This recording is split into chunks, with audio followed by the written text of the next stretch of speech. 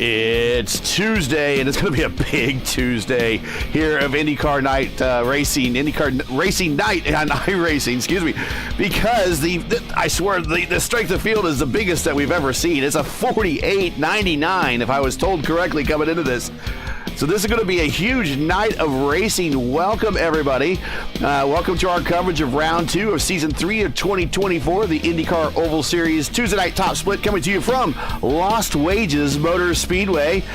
As always, my all-star crew in the booth for the NHR eSports team, and it also participates in the Lionheart Series. I don't know what else are you doing these days of racing with cars. I should probably catch up with you on that, but it's Steven Larkamp.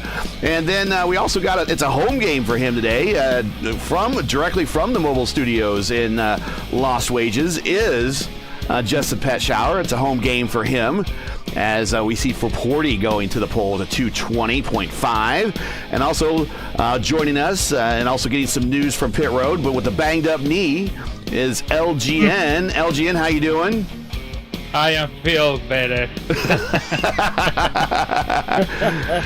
So, guys, we started last week. We started this journey, this season, all tied up at 0, and then King Robert comes in and wins again. And I know it's early, but how much hope does that just suck out of the room for everybody knowing that they're chasing Robert Malechka again, and it's only week 2? Well, chasing Robert Malechka is definitely not an enviable position, I think, for a lot of these guys, but I definitely think that a lot of these drivers are coming into this season with the thought process that, hey, we can find something different here, because the car, like we mentioned last week, there's a little bit of change that's been made to this thing, and that leaves a golden opportunity for anyone who happens to either actively look for or stumble across a solution to better the people around you. That could include those that can get around Robert Malechka III. He's been a force to be reckoned with here, but there are definitely some drivers that can give him a run for his money, and that's going to be quite a few names here tonight, because like you said, an SOF of just shy of 4,900, that is unbelievable. And I guess that kind of throws up the odds a bit more if you're a gambling person, I would say. What would the odds be here in real life there, Justin? Let's see. I would say probably 100 to 1. Okay. Yeah, I like the sound of that, especially since pulling the same stuff we saw last time out at Michigan. Malechka, Jacob Oster, and Phil Kraus, 3 big names, are starting 18th, 19th, and 20th. They did not post qualifying times.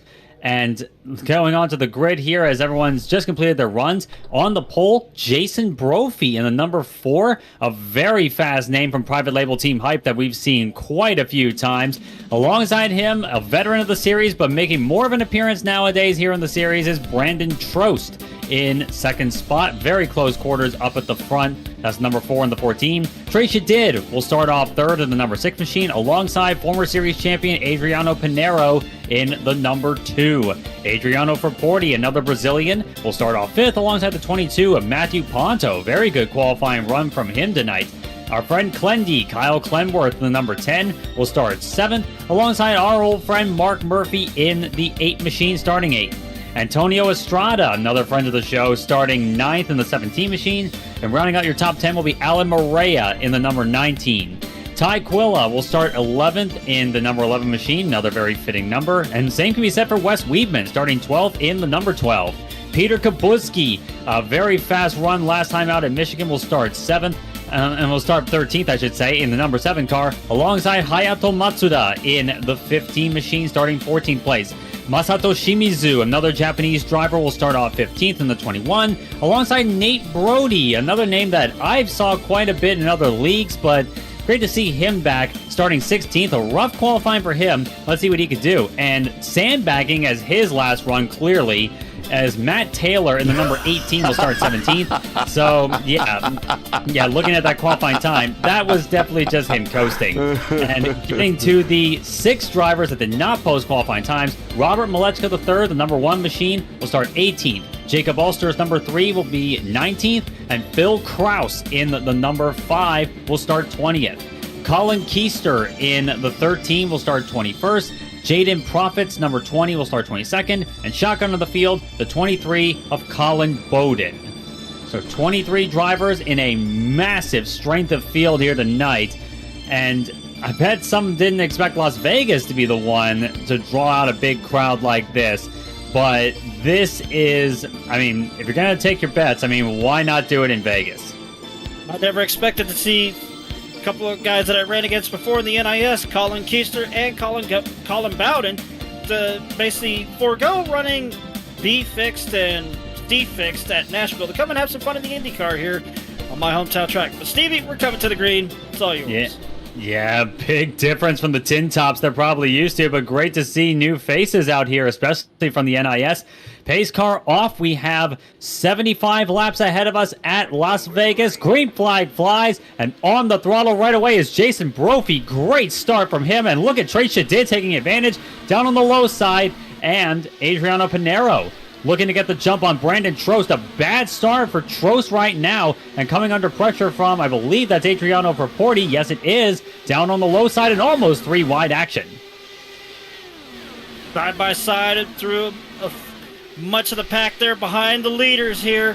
They're doing everything they can because with how narrow the track surface is, they want to find the clean air as best they can. Very much so. It's once again that game of find the clean air as they get themselves up to speed. Working lap number 2 and looking a little bit further back from the leaders and back at the leaders, I should say. Trey Shadid now trying to take the fight to Jason Brophy. Everyone's starting to get themselves either single file or 2 wide here. And a relatively orderly start in a lot of regards. Yeah. But everyone wants to fight for that track position wherever they can. And they're using every groove they possibly could to get as much advantage as they can. And turning into now a 4-car tussle for the lead almost with Brophy, Shadid, and Adriano Pinero. But of course, keep an eye out for some of the guys working their way up from the back. Now, if you take a look at the track temperature and the ambient air temperature, with that sun going behind the petty terrace over there in turn 1, it's starting to creep up over the front straightaway here into turn 1. To where it's only 87 degrees track temperature, cool enough for the tires, and cool enough for the drivers here to start making some moves to find out where they can place their car to try and maximize that run that they have behind the car that's ahead of them as best they can as they go off into 1. Exactly, and with that cooler track temp, it would seem to me that tire wear is going to be not as big a concern as we see at other circuits. Usually because cooler track temp, the tires don't get stressed as much. Sorry, I didn't mean to cut you off. You have the sun coming out off of 4 right in the driver's face. Yeah, and especially out here, even this late at night, it is a very bright sunlight being shown into your cockpit there, and it's really easy for a driver to lose their footing essentially. But looking at this lead battle, really starting to get tight and moving up into 3rd place. Look at his start. Our friend Clendy, Kyle Clemworth, up into 3rd spot from 7th. He's been riding that high line all race long, and that is actually the preferred line, at least through 1 and 2, at least when it comes to most other cars that race here. Any cars seem to rough out the bumps that are down on the very bottom there in 1 and 2. But he's avoiding them right now, staying on that very high line. Here comes Porporti underneath, taking a look. Going to go side by side at the line. Also joining the battle, Antonio Estrada, El Patron. He is now side by side with 4 wide Adriano Pinero. Oh, yes, we saw it. Almost a touch there coming off of turn number 2 now. But Antonio Estrada on the charge, gone from 9th to 6th so far. And taking the fight to the former champ, Adriano Pinero. A measured start so far for our friend in the Break King machine. But knowing him, he's got he's probably got a plan up his sleeve here for probably a pit stop strategy that can help him get a little bit further up in the field here. But it's still early days, working lap number 9 of 75. Of course, I say that, but these races tend to be fairly quick. And I say, if we're starting lap number 10, the time it's taken from the green flag, it's just about 4 minutes. And Colin Bowden is not wasting any time, Justin. No, he is not. He's timing his moves. He's using a little bit of that stock car experience to work his way through the field. He's done this before, and he knows how to get towards the front. But a number of times, that was a little close there. Very close call there as everyone thankfully gathers it up. No caution just yet. A couple of hair-raising moments already at Las Vegas. I'm not sure who that was. Was that Nate Brody? No. Kabutsky? I think in the red Kabutsky car. may have been close to it. Was it Colin? Was it Colin? Sweetman? Yeah, no, Yeah, it was the Colin. 15, Colin yeah. was in the red car. They went way below the apron line there and made things very interesting that lap going down the front straight. Oh, Yet again there. Getting a bit chippy already and squeezing people up into the wall. So easy to do on the exit here at turn number 2. What almost happened again with Alan Morea? Morea fighting with Colin Bowden. Bowden already on the move. I'll point this out here. 23rd to 9th in 14. 13 laps. Yep. What a drop for the 23 tonight. that is actually one of the changes that we have on our overlay that I can show you. Right there, you see, I'm circling it. Positions changed. 14 spots. Bowden. And look who he's trying to get past. He's trying to get by old Brandon Trost now. He's got that high line going as best he can. He's using the clean air as well as the draft to his advantage as they go off into 3 here. And once again, kind of a rough start so far for Brandon Trost here. Started second on the grid, was caught napping a little bit by Brophy at the start, and now down to 8th place. That's just showing how on point you have got to be on the starts of these races. Ooh, almost had a moment there. Colin Bowden with the quick action as they headed off into 1. He tried to... I thought he was going to lose it there, but look at this. He's going on the outside of Brandon Trost as they go through 3 and 4 side by side with Trost. I think he's going to get P8 here at the line. Yes, he will. And now he's going to look to chase down Mark Murphy.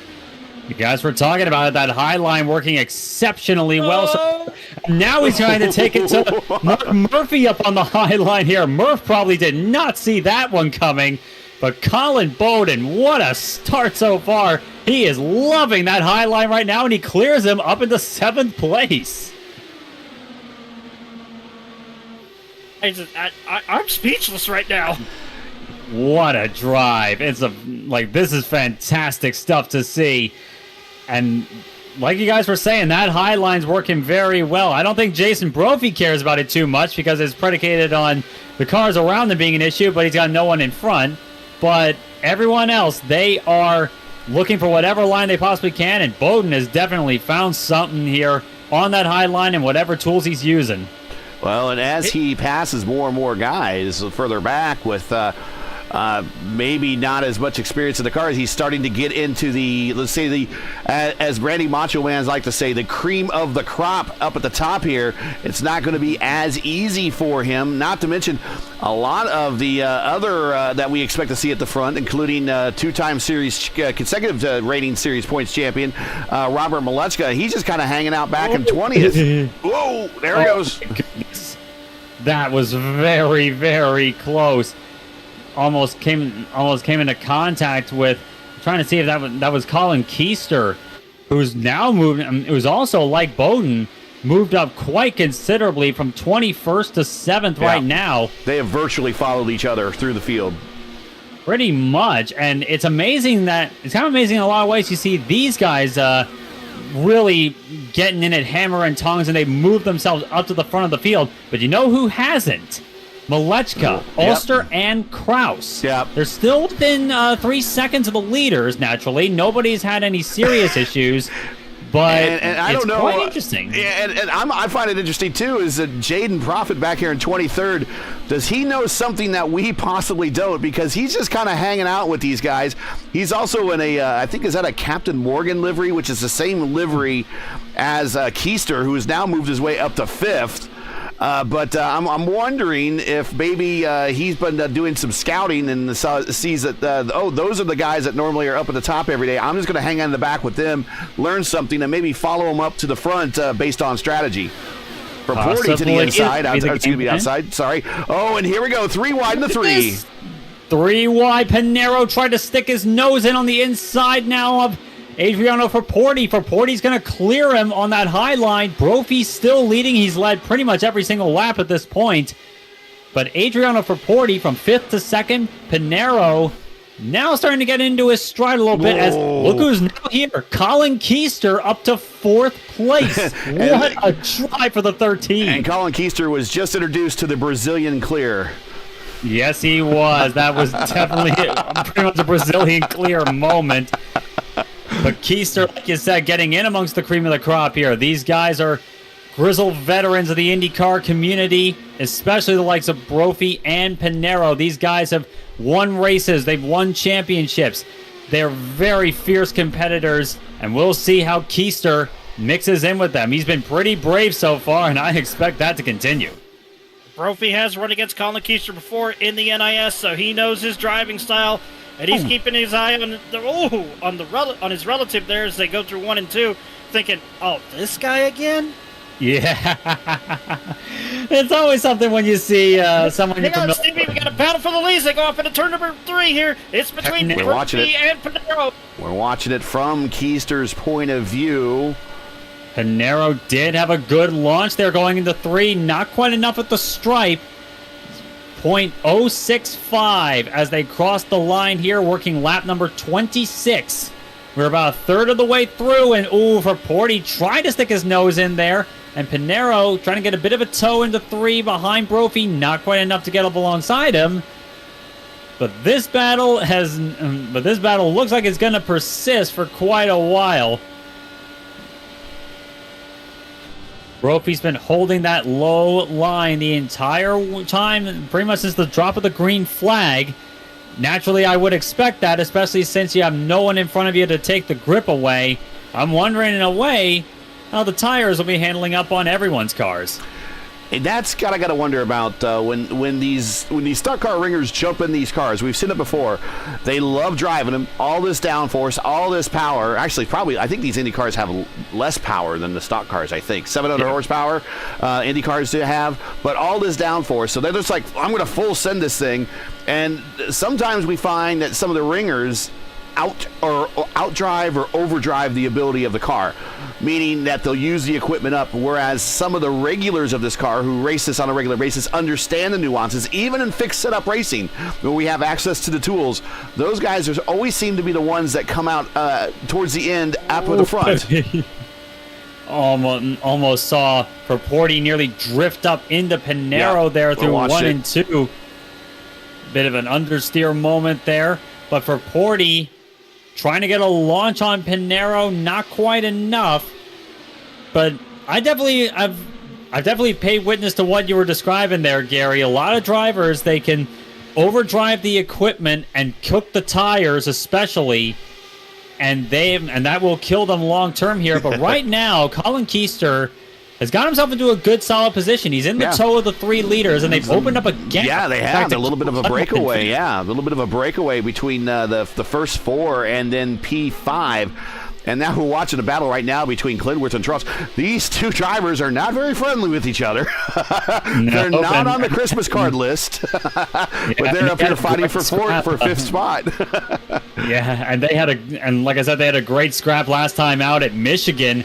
Didn't come to blows between the 2. They were racing each other firm but fair, but I think more firm being the emphasis rather than fair at times.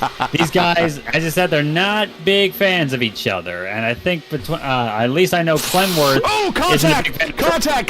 And we got Murph and this is Murph and Bowden. Oh no, and Mark Murphy. That is a destroyed suspension at the very least on the 23. And I think, looking at everything, Murphy may have been a victim of circumstance. And it looks like, it was Bowden.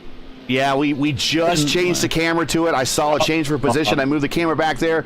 And let's go back about 15, 20 seconds and check this out. Everyone's coming to pit road. But And it looked like here is Murph. Broski was also involved in it. Yeah, here's Murph and Bowden. They're racing each other pretty. I mean, they're not giving each other a lot of room through the tri-oval area. Here they come in like through contact you're about to see. Yeah, and then we see Murph coming off the bottom, and I'm not sure if it was a push or Bowden was coming down and Murph was going up, but he took out each other there. And then Kabutsky looks like he might have been involved in this one as well. But I think those are the only 3 cars possibly that got oh gosh, Oster got really close there. He just had nothing but smoke in front of him. Let's go back and actually see from Oster's point of view what happened there. Yeah, look at Oster's point of view. Look at this. Look at us. Just nothing but smoke. Where do I go? What's in front of me? I don't know where he's going. I'm going to go high. Oh, there he goes. Yep. Yeah. Yeah, you're in some like you have to ask yourself where's the car going to go. Like obviously, like some of the times it's playing the method of aim for the car ahead of you. It'll spin out of the way. And speaking of spinning out of the way, Brophy just barely beats out Pinero. Actually, no, Pinero did beat Jason Brophy, looks like, coming off of pit road. And Brophy dropping back now. Did he get a penalty? Oh, no. We'll see here. He said, oops. Oh, no. Brophy caught speeding on pit road. Ooh. And he has thrown away the lead he's held for pretty much the entire race. Oh my goodness. What's the rule on that? It just goes back to the end of the line then, or does he have to do it's a line penalty? End of the line penalty. Okay, so I wasn't sure. He's not out of it yet. And again, no. If you're not familiar with Jason Brophy, I watched a man come back from 2 laps down at Pocono to win a 500-mile race. So he is capable of driving from the back of this field to the front of this field, and he's not only is he back there, but he's back there with familiar company. He's back there with his teammate Philip Kraus. He's back there with other racers that he races well with a lot in terms of Oster and Malechka. So expect those 4 now to hook up. The lone stop for this race is done. Everybody should be able to go the distance here with what they have on the car and in the tank. So this is going to be a sprint to the finish. I don't think anyone has a save. I think everybody should be good to go. Brophy came back on pit road, in fact. See if he's only coming in to top off. I believe he is. He momentarily left the cockpit there for a second, then he comes back in. Yep, and he is heading back out onto the track. But now it's Adriano Pinero who takes over the race lead. Guys, recall with me, and maybe it might be one of the first races we did here for the top split on Race First.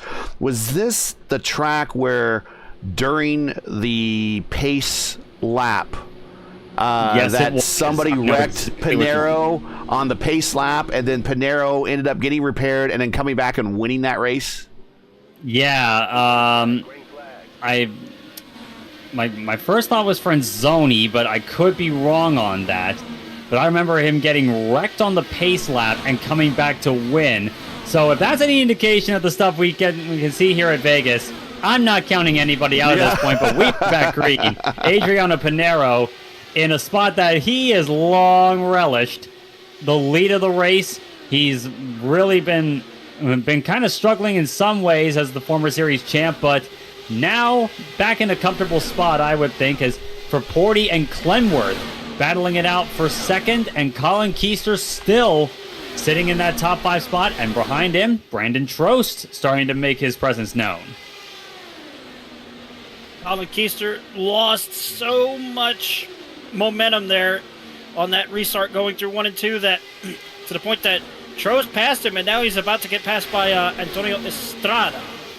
Estrada up on that high side, not quite enough just yet there, but I think Keister may have caught the apron a bit. Look at Brophy in the back there. I told you it's not going to hurt him. He just set the purple lap, 224. Yeah, to the shock of very few, I think.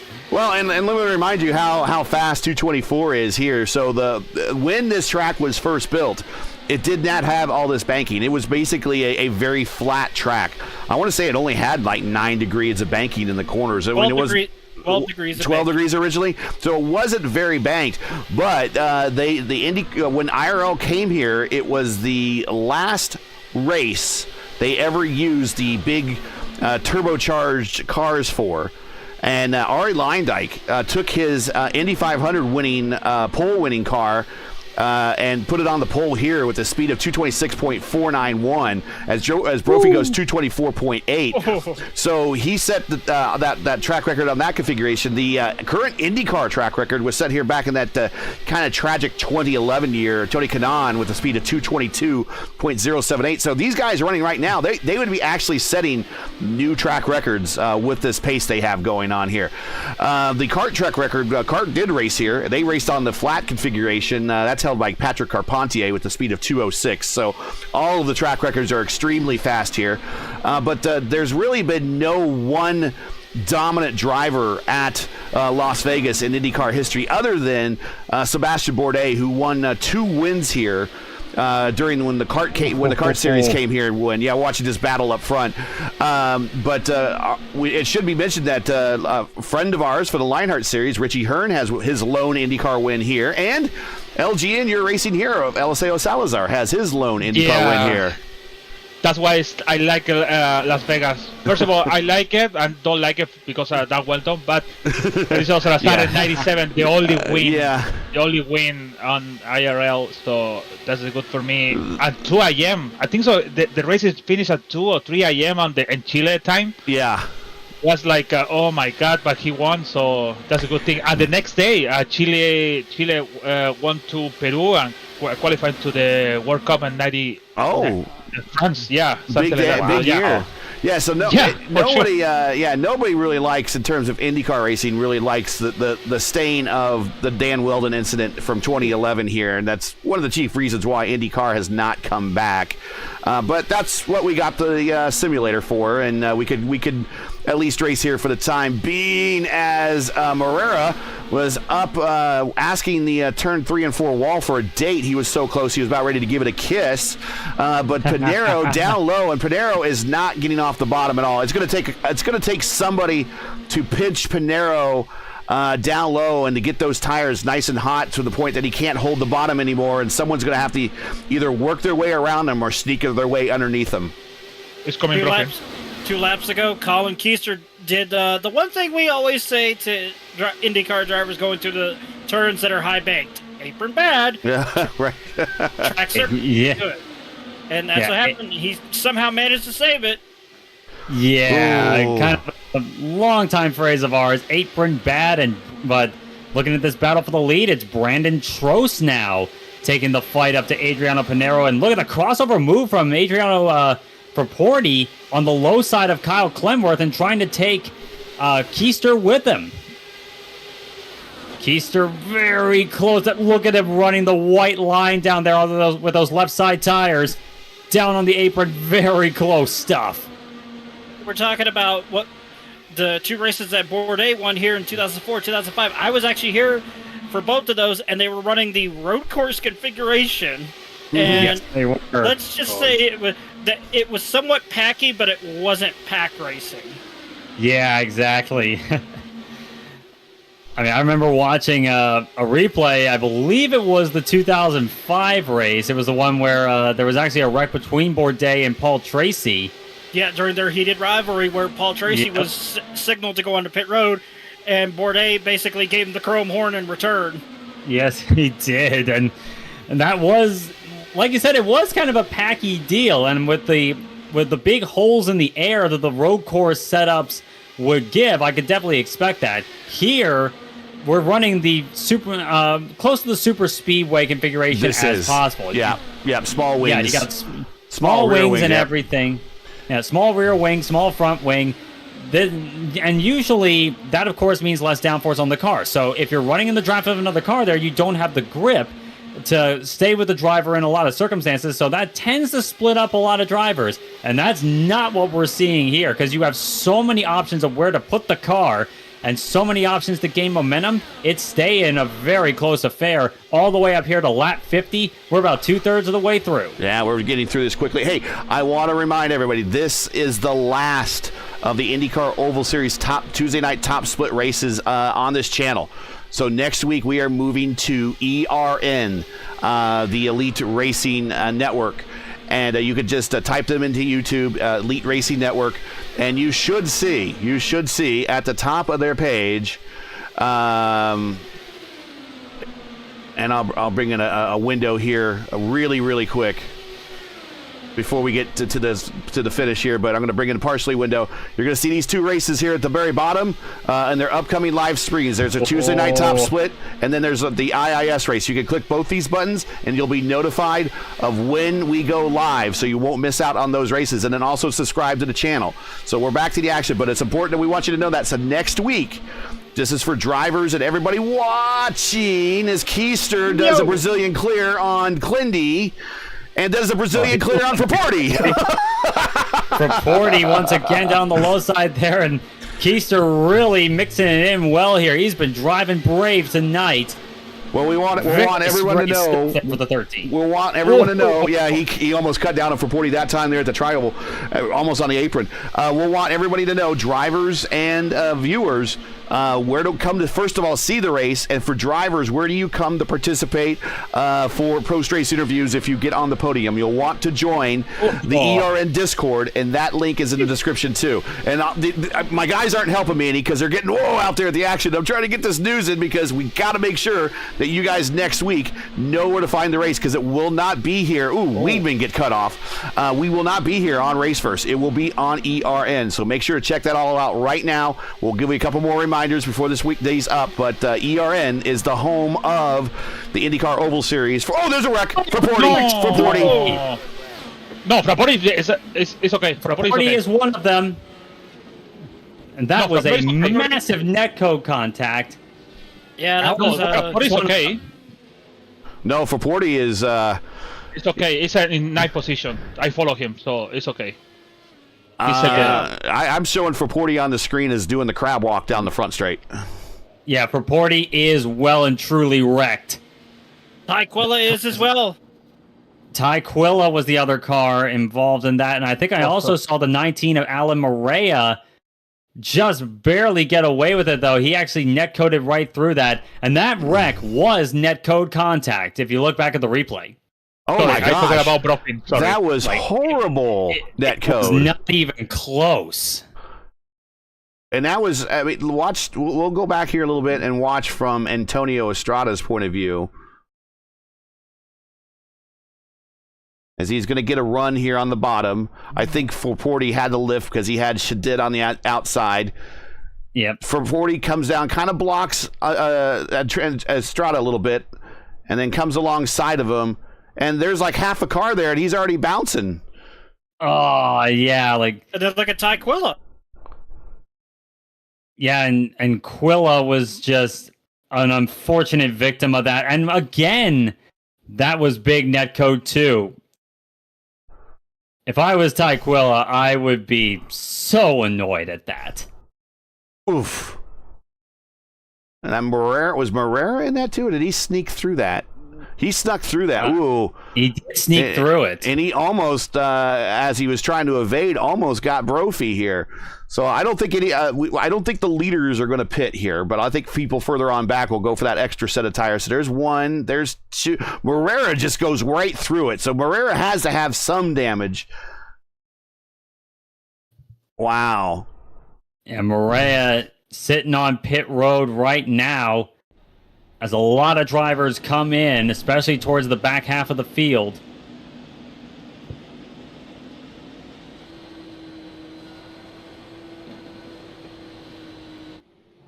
And keeping an eye on some of the heavy hitters that we're expecting to see. And Brophy is one of them. You started towards the back with that end of line penalty. He's already back into the top 10. Yeah, there he is right there. Right behind him, as cars are starting to adjust here. Here comes Estrada right behind him now. Oster coming to pit road, getting that last set of tires. Remember, there's 3 sets of tires these guys start the race with. 1 on the car, 2 in the pits. There you see him going, at least one going up on jacks. And then, yeah, I think all three went up on jacks, and they're down and away. So the trios here of Kraus, Oster, and Maleska stopping on pit road I don't think they don't need to top off, but they'll definitely go for that last set of tires. We'll reset the field here momentarily. But again, one more time, do you want to remind everybody next week this race will be on ERN? Just go to search out Elite Racing Network on YouTube. You will find the channel. Subscribe to the channel. Ring the bell so you'll get notified of when we post races. And then also on their page, you will see upcoming races, one of which will be for next week at Iowa. Make sure to click on the notify me button for that, and also for the IIS race at Mid-Ohio on July 6th. Make sure to click on that. You'll get notifications of that. So the IIS and IndyCar Oval Series moving to ERN for the remainder of the season 3 of 2024. Let's reset the field. Pinero is your leader. Matt Taylor is I have no idea how. Oh, he stayed out. Matt Taylor stayed out. So Pinero stayed out, Taylor stayed out, but Trost and everyone on back decided to come the pit road.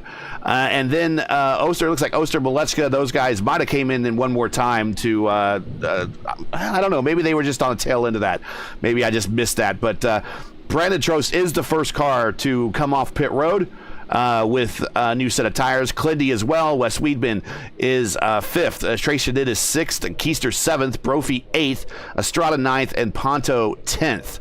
Trying to figure out what livery is Ponto in. He's always in a throwback, and I cannot tell which one that is. It's an Uno. Is that Mitch Richmond? Or is that Richmond's throwback from when he drove Indy? No, that had white in it.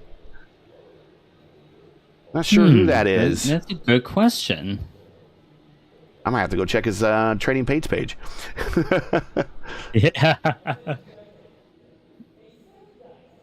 think that's a custom version of the Brahma scheme that Raul Boesel ran in '97.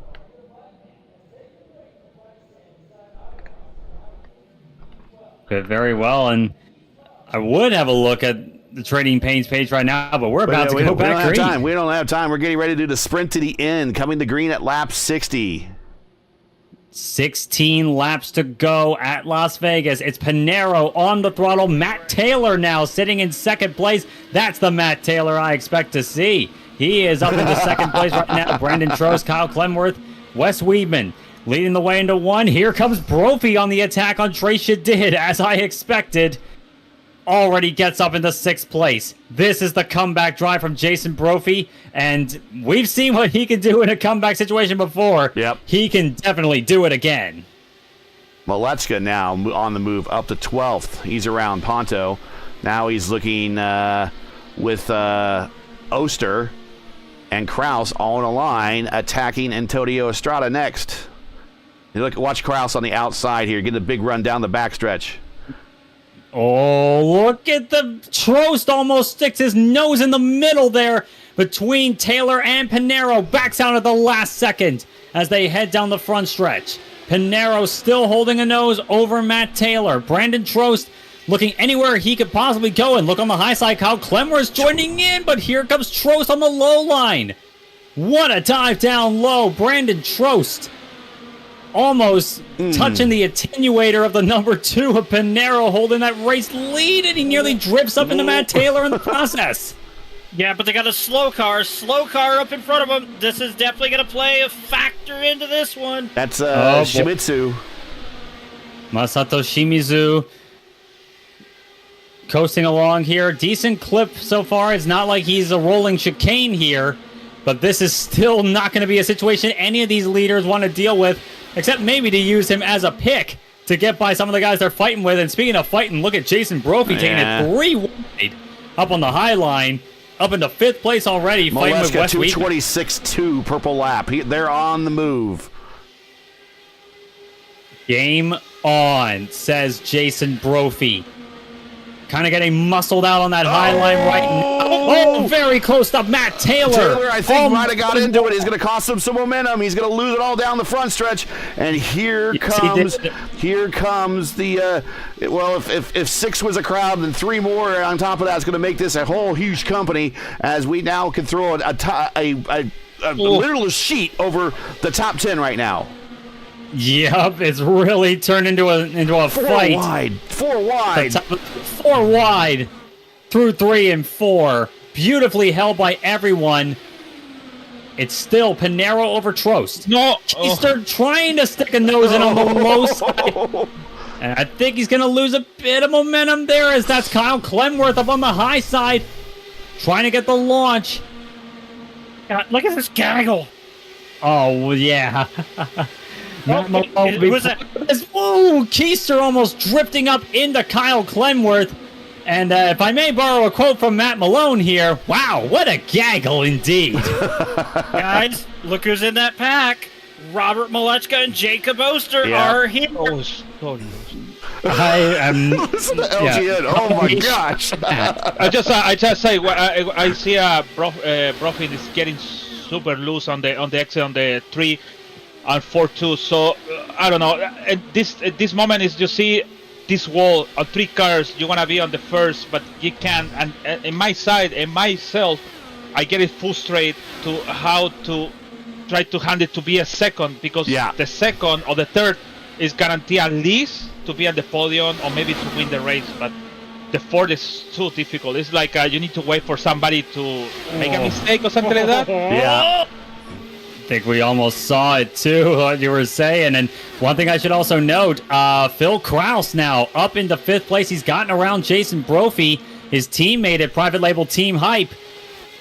So Kraus on fresh tires, he is really gaining a lot of ground here. I'm telling you, if Adriano leaves that bottom open at any time going down the backstretch and someone has a run, they're going to go to the bottom and they're going to try to pass him going into 3.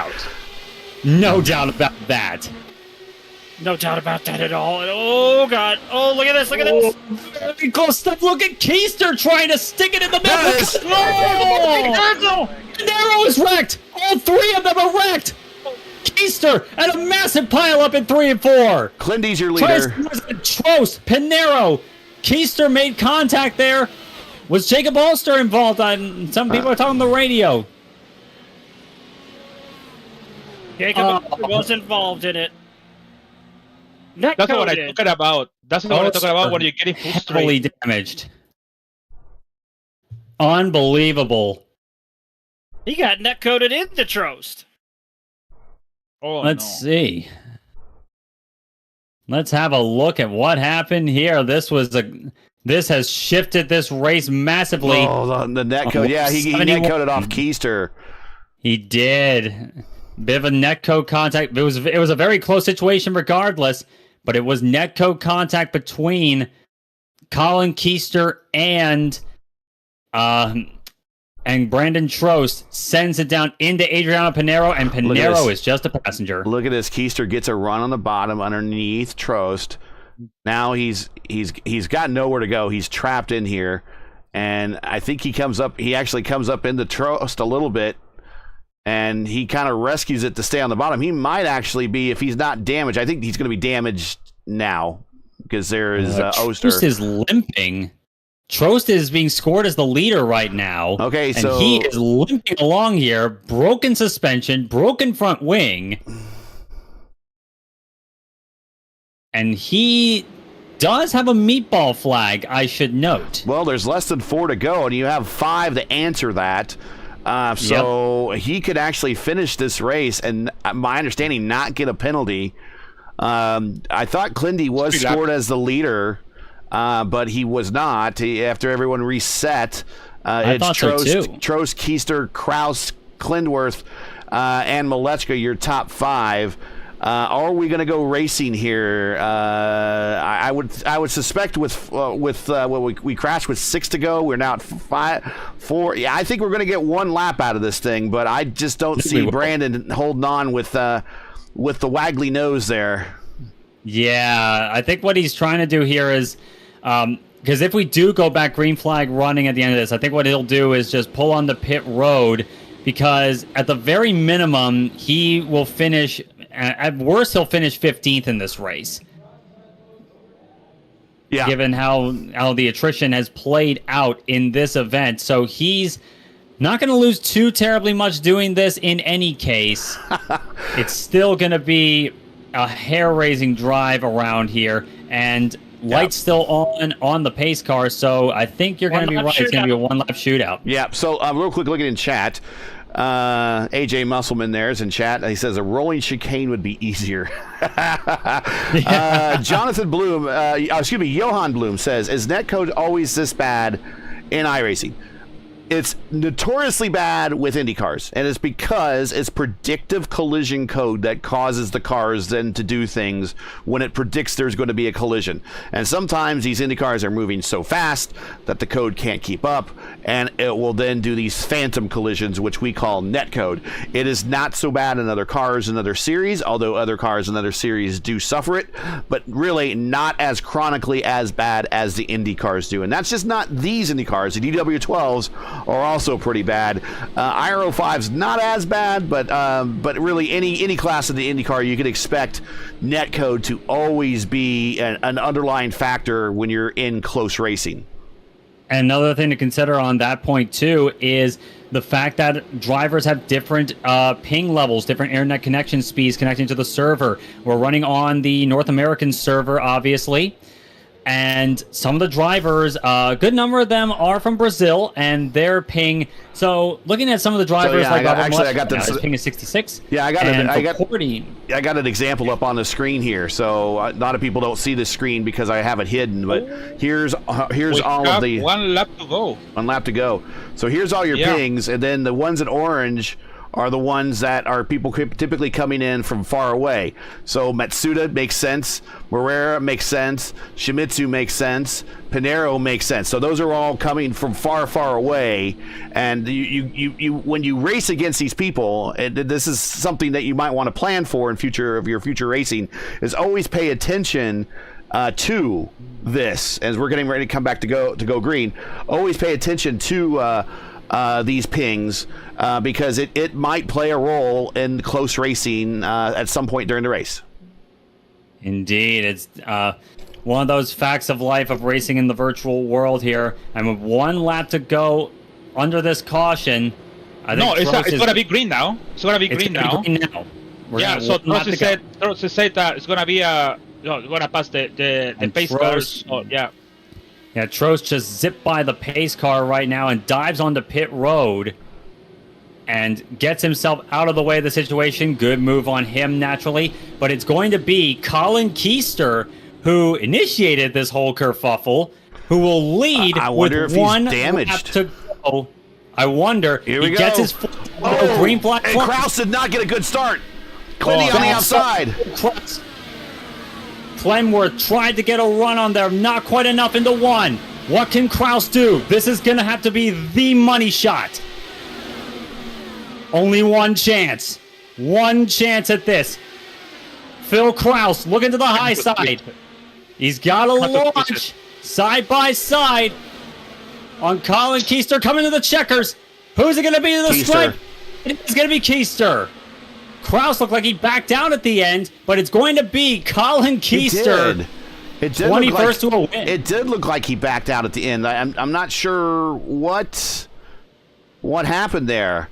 But guess what, guys? This is the first time that I can think of that we've had one of these ringers come in and get the win in the top split. Wow. And what a crazy way to do it, too. And probably a bit of a controversial way, one may argue. But it is going to be Colin Keister who is not going to be burning it down, it looks like. He's just going to be taking it easy there. I think he just punched out. Yeah, I think. But I think Clindy finished 3rd, so we'll at least very much talk with him. That's Phil Kraus was 2nd. Yeah, 2 consecutive podiums in the row for Clindy. So we'll queue up some replays here.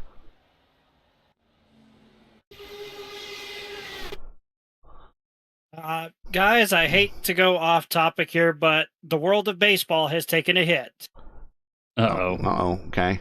We have lost Willie Mays at age 93. Oh, that's too bad. Oh, that's sad. All right, let's get in, but we want to also get in the final standings here real quick before we bring anybody into the booth. Let's cue that up, and then we'll get into the interview room here. So let's do this real quick, and then we'll get into interviews.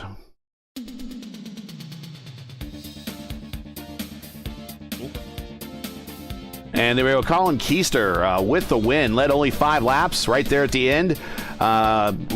Beat Kraus at the line by 0.114. So just a little bit more than a tenth of a second there. But it looked like Kraus backed out of it. I'm not sure.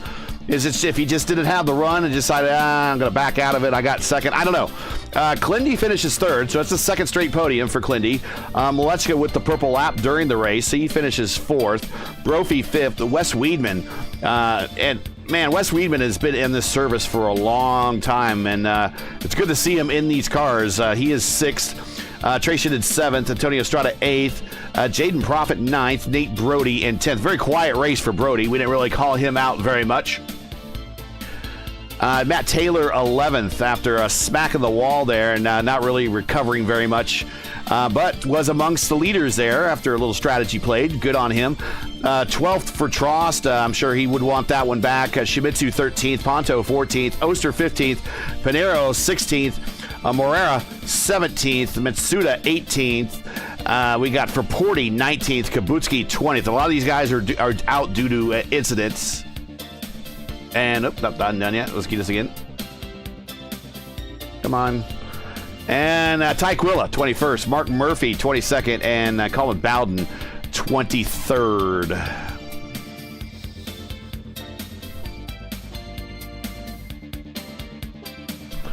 All right, so let's go to the interview room. And looks like we just have Clendy to talk to. For now, let's see what we got here. Clindy, 2 consecutive podiums in a row. Man, that was some hair-raising racing out there. Yeah, I felt like I got struck by lightning, Gary. That's what I'll say. Well then. I'm going to put it in a bottle. I'm going to make it strike wherever I want as many times as I want. Heat lightning out there in the desert. No, actually, it was much colder than it should have been. If you raced yesterday, the track temp was 114 Fahrenheit when you started the race, and it ended the race at 124. Today. I don't know who complained to iRacing, but yesterday was awesome. I practiced 8 to 10 hours on that track for tonight to kick a bunch of butt, and it got taken away from me. And I mean, I love pack racing. I loved what we had tonight. I'm sure we put on a great show, but someone complained. And it's not fair. It's not fair to the series regulars who put in the hours every single week to be competitive and to be fast and to shave a tenth off your time so you can show up and have a pack race that's easier for you. 85 degrees is the track temp right now, or at least how the race ended. Yep. I just hope whoever made that complaint is happy with themselves, because we could have had a clean and green, just as fun race. And I think I would have been in the podium regardless. So, I mean, like, I didn't lose much except for my time. And that's what I'm frustrated about.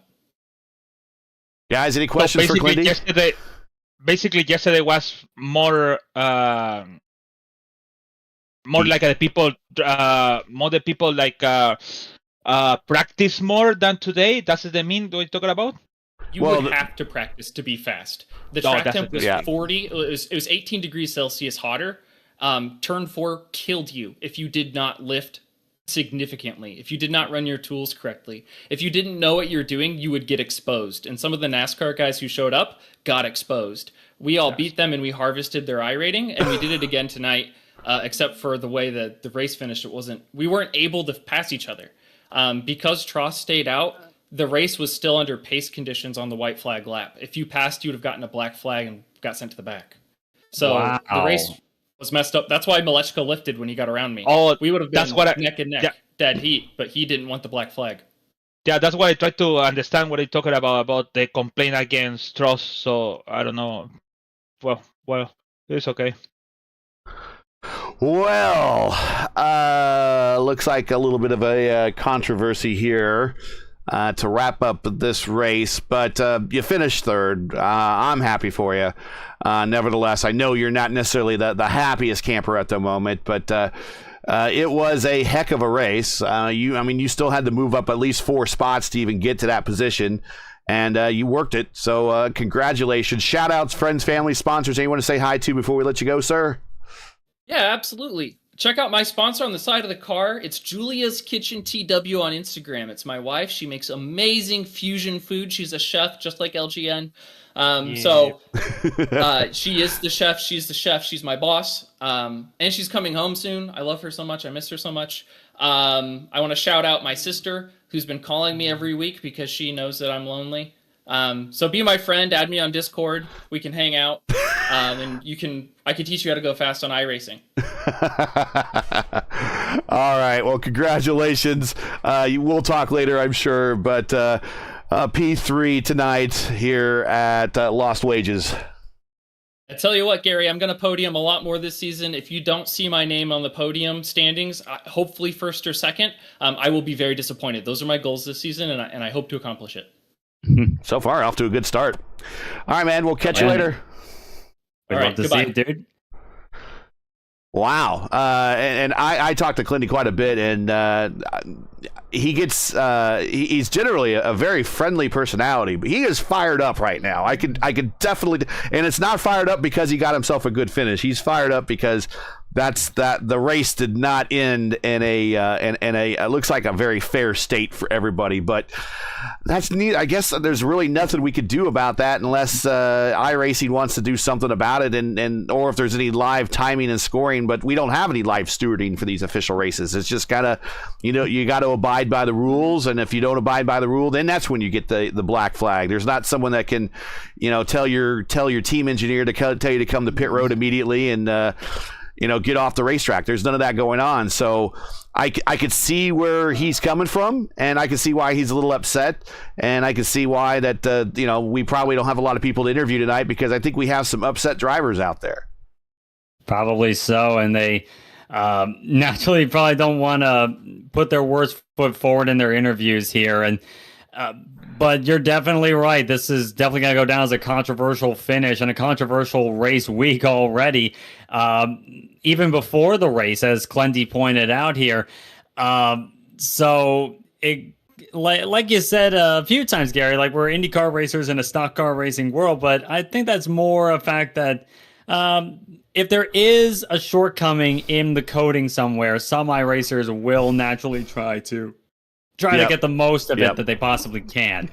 And Brendan Trost, I get the logic that he was trying to use there, but everybody else did not like it, and I understand why. Like it was that was definitely a like that could have been what spoiled a very good finish for everyone else here. But overall, a great showing. Everyone was super competitive and an unexpected winner to boot. What a race. What a race that I think a lot of people are going to remember for, like, perhaps as bones of contention in some ways against other drivers or even the series. Justin, my question for you, what's it like for a ringer to come in here and beat these guys? I mean, he was the 13th ranked car in this field, 13th ranked driver in this field. How happy is he to come in here and put a dub over the IndyCar regulars? He's probably very happy, but as I overheard on some of the radio chatter, they were not too pleased, and understandably so.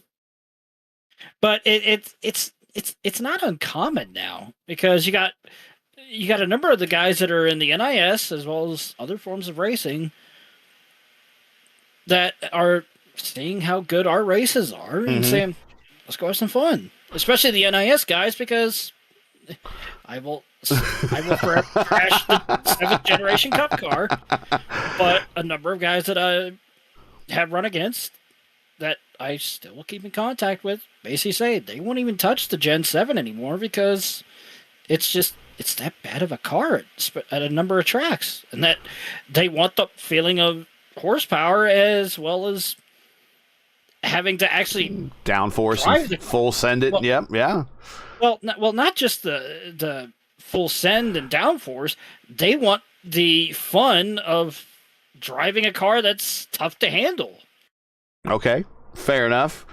LGN, your final thoughts on today's race? It sounds like it was a vast difference from what it was yesterday to today's conditions, and that played a role in kind of how this race unfolded.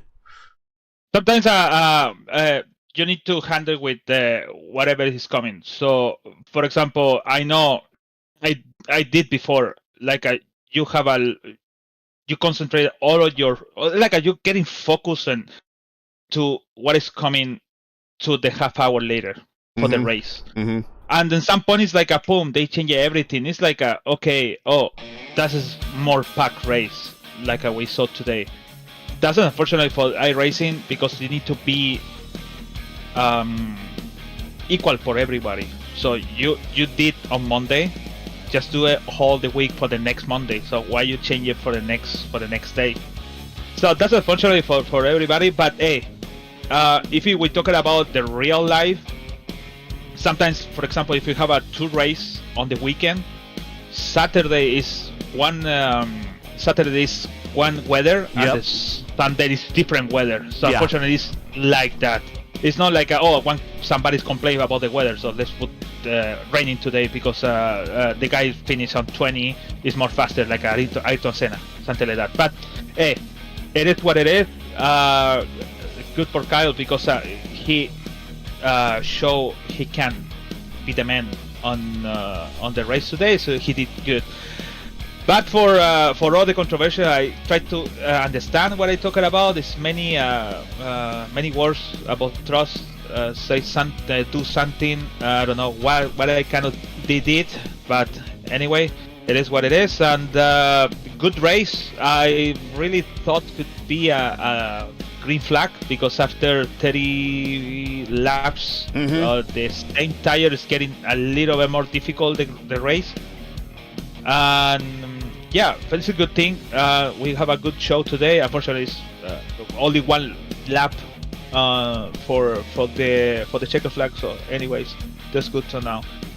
In next week is Iowa, so short track, difficult for sure, and very bumpy, especially in the turn 1 to 2. Very bumpy down there. So this is good for that. All right. Well, just a reminder, and that's the graphic you see on the screen right now. Next week, Iowa will be on the Elite Racing Network. Be the same crew, same overlay, pretty much all the same graphics, same sound, same everything, except we'll be over on ERN for the broadcast. For those that want to participate in post-race interviews, you'll want to join the ERN Discord server. The link is in the description. Make sure to join it. Have yourself all set up and ready for next week. Just like I showed you a little bit earlier with my browser here. I'll bring it into one more time. Go to the ERN page. That's youtube.com Elite Racing League, or excuse me, the Elite Racing Network. And hit the subscribe button there. But look at the 2 races here. So you want to notify me, and then you'll be notified when we start those races, so you won't miss out on them. So do that, and you shan't miss the next race. So that's going to do it here for tonight from Las Vegas, your podium. Colin Keister with the ringer coming in and getting the win, and maybe this is a trend we're going to start seeing more of. So we'll see that. Hopefully, you know what? I think I left the promo up when I brought my graphic in. Here we go. Just do this one more time. Here we go. Subscribe and notify. That's what you'll want to do. Anyways, that's going to do it for tonight. Colin Keister with the win. It's going to be, I think that might be a growing trend that we might see more of the guys jumping over from NIS over here to IndyCar. We welcome it. And we welcome all those that made their first top split race tonight, and we hope to see more of you. He gets the win. Phil Kraus, P2. Kyle Clinworth gets P3. Not very happy about it, but he is going to take it because the goal this season is to be on the podium as much as possible. Join us again next week for round 3 of the IndyCar Oval Series Tuesday night top split of season 3 of 24 as we head to Iowa. Coverage, as always, begins around 8:15 p.m. Eastern. Again, it's 8:15 p.m. Eastern. Remember, it'll be on the new channel, ERN, next week for the remainder of the season. As always, you can find the correct broadcast times in your area on YouTube at youtube.com/Elite Racing Network. Hey, we love bringing these races to you, but they're not easy, require time and money to produce. Because of your generosity and donations, we've been able to bring you IndyCar Oval action nearly sponsor-free. If you share our passion for the sport of IndyCar and you enjoyed our coverage of the IndyCar Oval Series Tuesday night top split, please take time to visit our GoFundMe page. The link is in the description, and donate to our 2024 broadcast fund. We realize times are tough, so any contribution will be greatly appreciated. And we thank you for watching. Make us a part of your Tuesday evenings now and going forward each and every week. Track cams for this race provided by Whiplash Sim Cams. Get the most out of your iRacing experience with Whiplash Sim Cams. To learn more about Whiplash, like them on Facebook or follow them on Twitter, and the links are in the description. So, for Stevie, for Justin, for LGN, everyone here, I'm Gary Gatto saying all good night, and thanks for watching, and to all of our men and women serving in the military and as first responders. Godspeed, God bless, and come home safe. Catch us again next week at Iowa on the Elite Racing Network for the next race of the IndyCar Oval Series Tuesday night top split. Good night, guys.